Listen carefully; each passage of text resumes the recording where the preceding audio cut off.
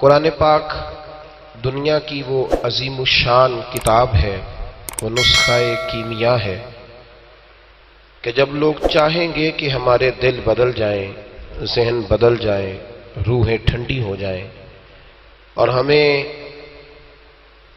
وہ نسخہ ہاتھ آئے کہ جس کی بدولت ہم پوری دنیا پہ چھا کے وقت گزاریں، تو پھر انہیں قرآن پاک سے رشتہ جوڑنا پڑے گا۔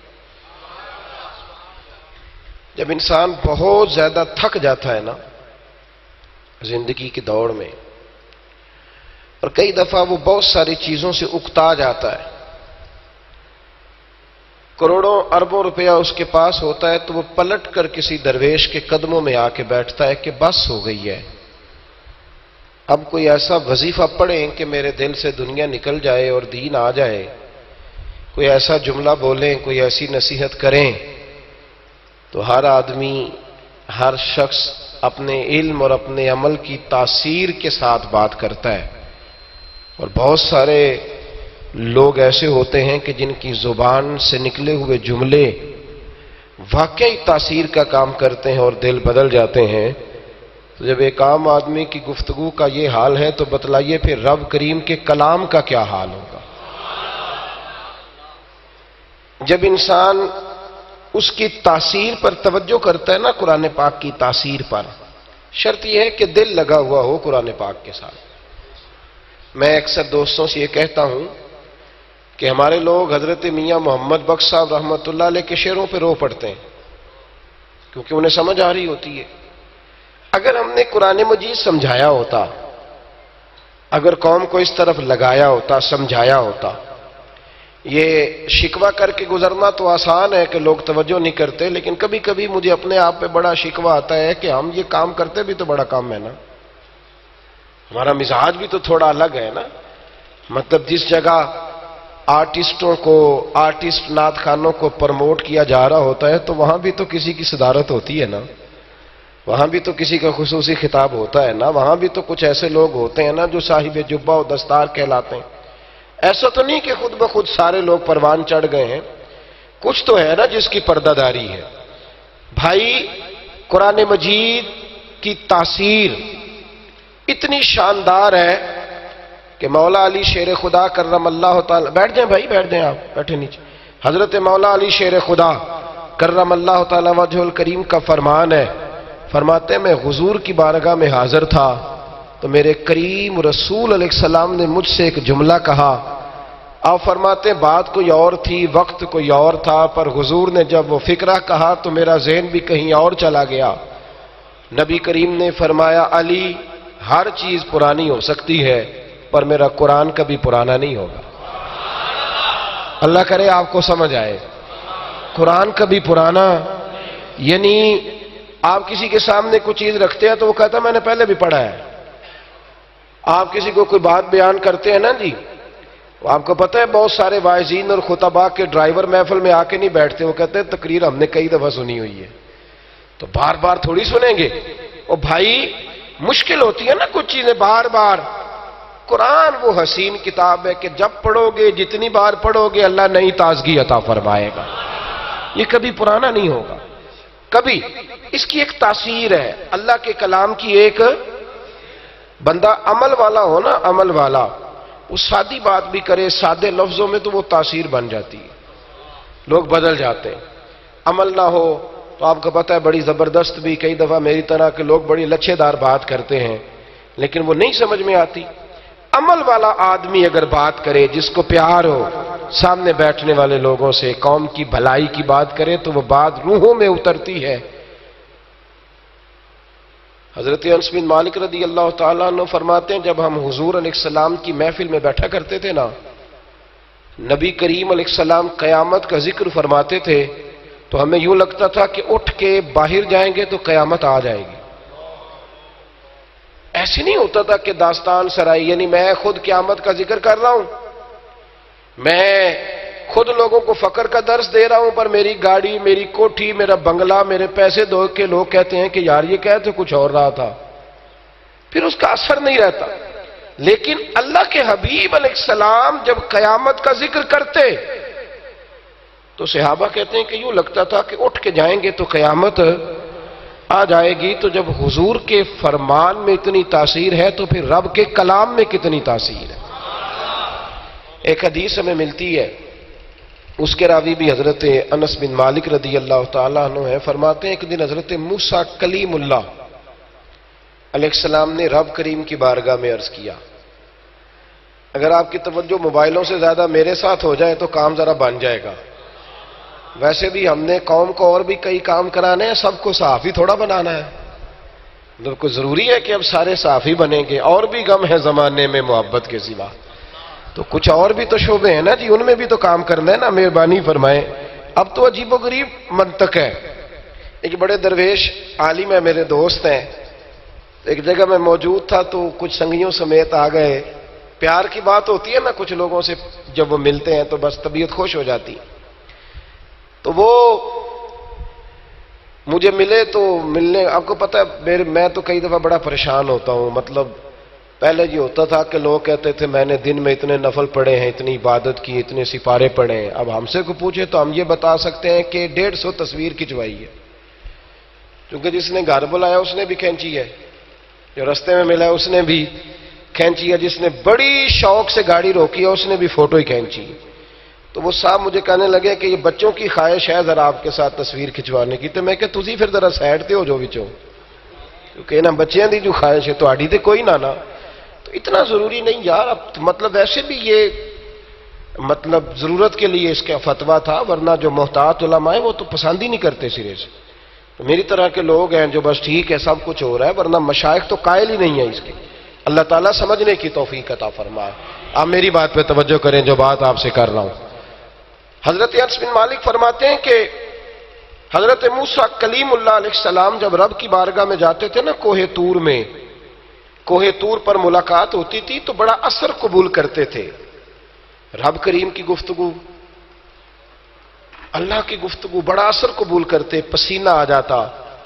کئی دفعہ ان کے وجود پر کیف طاری ہوتا۔ تو ایک دن عرض کرنے لگے کہ یا اللہ یہ جو تو میرے ساتھ بات کرتا ہے تو یہ تیرے کلام کا اصل انداز ہے،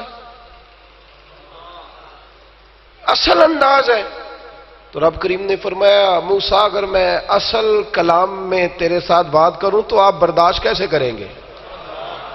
یہ تو میں اپنے کلام پر 30,000 پردے ڈال کر آپ کے ساتھ بات کرتا ہوں۔ یہی بہتر ہے کہ پردوں میں وہ پردہ پوش رہے، وہ اگر پردے اٹھا دے تو کسے ہوش رہے۔ کہا ابھی تو 30,000 پردے کلام پر، پھر بات ہوتی ہے۔ رب کریم نے فرمایا لو انزلنا ھذا القرآن علی جبل لرأیتہ خاشعا متصدعا من خشیۃ اللہ۔ قرآن سنتے ہو تو کبھی قرآن مجید کے مفاہیم پر بھی غور کیا کریں۔ فرمایا یہ قرآن اگر ہم پہاڑوں پر نازل کرتے تو یہ اللہ کے خوف سے ریزہ ریزہ ہو جاتے۔ اگر یہ پہاڑوں پر وَتِلْكَ الْأَمْثَالُ نَضْرِبُهَا لِلنَّاسِ، اور یہ مثالیں بھی لوگوں کو سمجھانے کے لیے بیان کرتے ہیں تاکہ تمہیں سمجھ آئے کہ قرآن میں تاثیر کتنی ہے۔ قرآن مجید میں ایک اثر ہے، قرآن میں ایک کیف ہے، قرآن پاک میں ایک سرور ہے۔ ادھر دیکھیے میری طرف، قرآن پاک میں ایک لذت ہے، ایک مزہ ہے۔ اچھا قاری ہو نا قرآن پڑھنے والا اور سننے والا صاحب ایمان ہو تو آپ یقین کریں کہ کئی دفعہ دل کرتا ہے کہ یار چل اس طرح کر، تھوڑا اور پڑھ دے، چل تھوڑا سا اور پڑھ دے، تھوڑی اور توجہ کر، دل کرتا ہے، خواہش ہوتی۔ اچھا قاری، مسئلہ پتہ کیا بن گیا ہے؟ ذوق نہیں وہ والا رہا، مزاج نہیں رہا۔ حضرت مجدد الفسانی رحمت اللہ تعالی علیہ کا عرس ہوتا ہے نا سرہند شریف میں، تو وہاں صرف قرآن پاک کی تلاوت ہوتی ہے، صرف۔ آپ بول کیوں نہیں رہے؟ مشکل کام بتا دیا میں نے۔ اب تو آپ کو پتہ ہے عرس تو رہ ہی نہیں گئے، اب تو میلے رہ گئے ہیں۔ تو اب اگر پیر صاحب صرف قرآن پاک کی تلاوت کرائیں گے تو پھر مرید کیسے بڑھیں گے؟ ان کو تو وہ پیری مریدی والے سارے شعر سنانے پڑتے ہیں جن کے اندر مرشد کا ادب، مرشد کے آستانے کی خدمت، وہ ساری داستان ساری کرنی چاہیے، ہونا چاہیے۔ میں اختلاف نہیں کرتا، صوفیانہ کلام کا تو میں بڑا شوقین ہوں، میرے پاس شاید ساری کتابیں ہوں، لیکن بھائی قرآن مجید کی فوقیت کا انکار کیسے کرو گے؟ قرآن مجید کے درجات کا انکار کیسے کرو گے؟ قرآن پاک کے ساتھ دلچسپیوں کا اظہار کیسے کرو گے؟ قرآن مجید فرقان حمید سے میں کہا کرتا ہوں کہ قرآن کے حافظ ہیں اللہ کے فضل سے، ہے نا جی آپ کے شہر میں بھی؟ چلو ایسے ایسے تو کریں تھوڑا سا، ہے نا یہاں بھی حافظ، قاری بھی ہیں، ترجمہ سنانے والے بھی ہیں اللہ کے فضل سے۔ قرآن مجید کی رموز بیان کرنے والے صوفیاء بھی ہماری جماعت میں ہمیشہ سے تھے اور انشاءاللہ ہمیشہ رہیں گے۔ رموز بیان کرنے والے لوگ بھی ہیں۔ ضرورت کس کی ہے؟ اب ضرورت یہ ہے کہ کچھ لوگ نا قرآن مجید سے عشق کرنے والے ملے، عوام میں سے کچھ لوگ ملے جو آ کے کہیں کہ یار مہربانی کرو ذرا کچھ آیتیں قرآن پاک کی سناؤ۔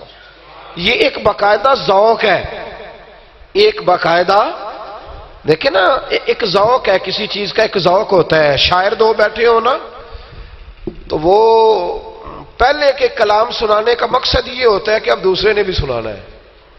ان کو شعر و شاعری سے دلچسپی ہے وہ سمجھ لیں، بلکہ بزرگوں نے لکھا ہے، جو شعراء میں بزرگ تھے انہوں نے لکھا ہے کہ کراچی ساحل سمندر پہ ایک شاعر آگے آگے دوڑ رہا تھا تو ایک پیچھے دوڑ رہا تھا، اگلے والا تو نکل گیا تو پچھلے والے کو ایک صاحب نے روک لیا، اس نے کہا کیا مسئلہ، کیوں دوڑ رہے ہو؟ تو کہنے لگا وہ اپنی غزل سنا گیا، میری نہیں سن رہا، اس لیے دوڑ رہا ہوں کہ مہربانی کر میری بھی تو سننا، اسے پکڑ رہا ہوں۔ ایک ذوق ہوتا ہے نا جی۔ آپ یہ مطلب جو چارہ کاٹنے والے لوگ ہیں بھینسوں والے، ان سے آپ پوچھ لیں، ان کے پاس آپ دو اگر برابر میں مل جائیں تو ایک دوسرے کو نسخے بتاتے کہ نہیں بتاتے؟ یہ مزاج ہے۔ مطلب جی جو آدمی گاڑی رکھنے کا شوقین ہے اس کی طبیعت ہوتی ہے، تو جب کسی کو قرآن پاک سے محبت ہوتی ہے، امام راضی کہتے ہیں صحابہ جب بھی آپس میں ملتے تھے سورہ عصر کی تلاوت کرتے تھے، جب بھی آپس میں ملتے تھے سورہ عصر کی تلاوت کرتے تھے۔ حضرت انس بن مالک رضی اللہ تعالیٰ عنہ فرماتے ہیں میں مسجد نبوی سے نکلا، مجھے یہ بات کیا لینے دیں کہ میری طرح کے لوگ جو دین سے وابستہ ہیں وہ بھی اب ایک دوسرے سے ملتے ہیں تو اللہ تعالیٰ خیر کرے، ایک دوسرے کی جماعتوں پر ہی بحث کرتے ہیں، وہ جماعت کچھ نہیں کر رہی تو وہ جماعت۔ پرانے بزرگ ایک دوسرے سے ملتے تھے تو کہتے تھے کل فلاں آیت کا نیا معنی میری سمجھ میں آیا ہے، یار وہ فلاں تفسیر دیکھی ہے میں نے۔ ہمارے استاد گرامی صبح صبح جب کلاس میں آتے تھے نا اکثر ان کے ہاتھ میں شفا شریف ہوتی تھی، کہتے تھے یار رات ایک بات پڑھی ہے مزہ ہی آ گیا ہے، ذرا دیکھو تو صحیح کیا شاندار لکھا ہے بزرگوں نے۔ اب اس سے ترویج ہوتی تھی، طبیعت میں اشاعت ہوتی تھی چیزوں کی، مزاج نہیں۔ حضرت انس بن مالک رضی اللہ تعالیٰ عنہ فرماتے ہیں کہ میں مسجد نبوی سے باہر آیا تو ایک صحابی نا اپنا مکان بنا رہے تھے، دیواریں بلند کر لی تھی، چھت کے قریب پہنچے ہوئے تھے، میں مسجد سے نکل کے آ رہا تھا تو وہ نا رستے میں مجھے مل گئے، سلام کے بعد کہنے لگے انس مسجد سے آ رہے ہو؟ اپنا کام کر رہے ہیں، میں بھی گزرتا ہوں نا لوگ کام کر رہے ہوتے ہیں، وہ بھی گزرے، چونکہ شوق تھا قرآن پاک کا، ایک دوسرے کے ساتھ قرآن مجید کی بات کرنے کا شوق تھا۔ فرماتے ہیں کہ میں ان کے قریب سے گزرا تو دیوار بنا رہے تھے تو فرمانے لگے انس مسجد نبوی شریف سے آئے ہو؟ ہاں وہاں سے آیا ہوں۔ کہا کوئی نئی آیت تو نہیں آئی حضور پہ؟ کوئی نئی آیت تو نہیں آئی؟ میری ملت کے جوانوں یہاں تو نئے ماڈل کا موبائل آئے تو شارٹ ہو جاتا ہے۔ اب یہ شوق ہے نا ہمارا، ہم اگر اس طرف شوق لائیں، میں اپنی غلطی پہلے قبول کر چکا ہوں کہ ہم یہ شوق پیدا نہیں کر سکے، شوق پیدا کرنے والوں نے بھی کمزوری دکھائی ہے، یہ ہم نے بھی بڑی کمزوری دکھائی ہے، یہ مزاج ہم بنا نہیں سکے۔ ہم نے دیکھا کہ قوم کی ضرورت ہے کہ وہ دیکھ رہی ہے فلاں نعت خواں کے نام پہ لوگ جمع ہو جائیں گے تو ہم نے اس کو بلا لیا، ہم بھی یہ ذوق نہیں پیدا کر سکے۔ کہاں گئے وہ شبینے جو ساری رات لوگ کھڑے رہا کرتے تھے اور ساری رات لوگ سنا کرتے تھے؟ میں کراچی گیا تھا تو علامہ نورانی رحمت اللہ علیہ کے مزار پر ایک شخص کو کھڑے ہو کے روتے دیکھا، تو میں نے ان سے کہا کہ اللہ تعالیٰ فضل کرے، میں بھی بڑا رلایا اس شخص نے مجھے، تو میں نے کہا بات کیا ہے؟ کہنے لگے جب سے، اب میرا یہ خیال تھا کہ قائد اہل سنت تھے، ان کے جانے سے بڑے مسائل بنے، پتہ نہیں یہ کس دکھ میں رو رہا ہے، تو کہنے لگے نہیں یار وہ ساری باتیں اپنی جگہ پہ، جب سے یہ شخص گیا ہے نا میرا تو قرآن کا مزہ ہی چلا گیا ہے، جو یہ لطف دیتا تھا پہلے تراویح پڑھانا، پھر ذوق بننا، آخری عمر تک کہنا چلو یار یہ سپارہ دوبارہ پڑھتے ہیں، 2 نفلوں میں، 4 نفلوں میں، 8 نفلوں میں، یہ ذوق ہوتا تھا۔ پتہ نہیں میں آپ کو بات بھی سمجھا پا رہا ہوں کہ نہیں سمجھا پا رہا، لیکن غور کریں کہ عرض کر رہا ہوں، حضرت انس بن مالک فرماتے ہیں میں مسجد نبوی شریف سے نکلا، وہ صحابی مکان بنا رہے تھے، پوچھنے لگے کوئی نئی آیت آئی ہے؟ تو میں نے کہا آئی ہے، ابھی سن کے آیا ہوں۔ کہا سنائیے؟ کہا ابھی آیت آئی ہے، حضور نے ہمیں ابھی سنائی ہے، اقترب للناس حسابهم وهم فی غفلۃ معرضون۔ رب فرماتا ہے لوگوں کے حساب کا وقت قریب آ گیا ہے، ابھی بھی غافل ہیں۔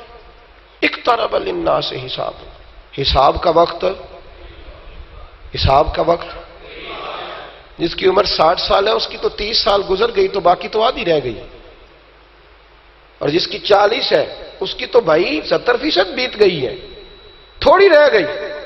اٹھ فریدا ستے آ، داڑھی آ گئی پور،